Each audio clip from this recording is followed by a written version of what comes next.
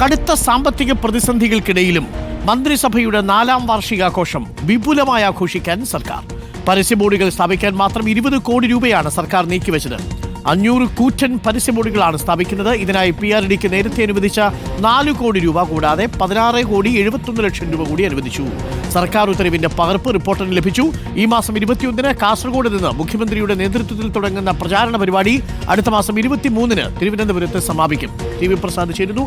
TV Prasad, ആശാവർക്കർമാർക്ക് ശമ്പളം കൊടുക്കാൻ പൈസയില്ല, അതേപോലെ പല അടിസ്ഥാന കാര്യങ്ങൾക്കും പൈസയില്ല എന്ന് സർക്കാർ പറയുന്നു. പക്ഷേ 20 കോടി രൂപ 4ാം വാർഷികാഘോഷത്തിന് വേണ്ടിയിട്ട് ചെലവാക്കാൻ സർക്കാരിന് മടിയുമില്ല, അല്ലേ? അത് തന്നെയാണ് അരുൺ. സാമ്പത്തിക പ്രതിസന്ധിയിൽ വീർപ്പുമുട്ടുകയാണ് സംസ്ഥാനമെന്ന് എല്ലാവർക്കും അറിയാം. ഇപ്പോൾ മുഖ്യമന്ത്രിയുടെ നേതൃത്വത്തിൽ നടക്കുന്ന പ്രചാരണ പരിപാടി കാസർഗോഡ് നിന്ന് തുടങ്ങി തിരുവനന്തപുരത്ത് എത്തുകയാണ്. സ്വാഭാവികമായി അതിന് മറ്റൊരു പരസ്യത്തിൻ്റെ ആവശ്യം എന്തിനാണ് എന്നതാണ്. ചാനലുകളും പത്രങ്ങളായ പത്രങ്ങളും എല്ലാം നേരത്തെ തന്നെ കൊടുത്തു തുടങ്ങിയതാണ് ഇതിനെ സംബന്ധിച്ചുള്ള വാർത്തകളും വിവരങ്ങളും. ഇനിയിപ്പോൾ അത് തുടങ്ങാറാകുമ്പോൾ അതിലേറെ വാർത്തകൾ ദൈനംദിനം വരും എന്ന കാര്യവും ഉറപ്പാണ്.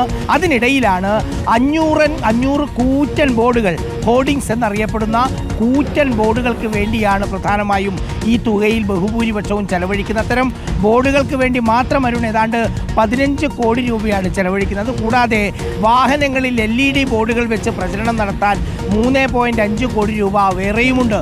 ഈ ഹോർഡിങ്സിലേക്കുള്ള ഈ പരസ്യം ഡിസൈൻ ചെയ്യുന്നതിന് 10 ലക്ഷം രൂപയാണ് നീക്കിവെച്ചിരിക്കുന്നത്.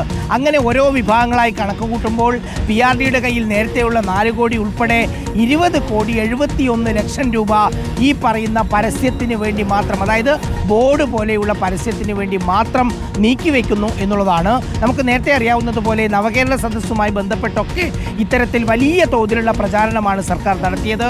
ഇത്രയേറെ ആളുകൾ കൃത്യമായി അറിയുന്ന ഒരു പരിപാടി എന്തിനാണ് ഇങ്ങനെ കൂറ്റൻ ബോർഡുകൾ വെച്ച് ആർഭാടത്തിൽ മുക്കുന്നത് എന്നതാണ് ആർക്കും മനസ്സിലാവാത്തത്.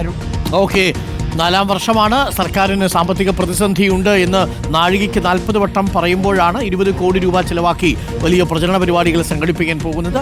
പക്ഷേ അതേസമയം തന്നെ ഓരോ വർഷവും സർക്കാരിൻ്റെ പ്രചരണ പരിപാടികൾ നടത്തുക എന്നുള്ളത് എല്ലാ സർക്കാരും ചെയ്യുന്നതാണ് PRD വകുപ്പുമായി ബന്ധപ്പെട്ട്. പക്ഷേ സാമ്പത്തിക പ്രതിസന്ധിക്കിടയിലും ഇത് വേണമോ എന്നുള്ളത് വരും ദിവസങ്ങളിൽ ഒരുപക്ഷെ ചർച്ചയായേക്കാം. TV പ്രസാദാണ് വിവരങ്ങൾ നൽകിയത്.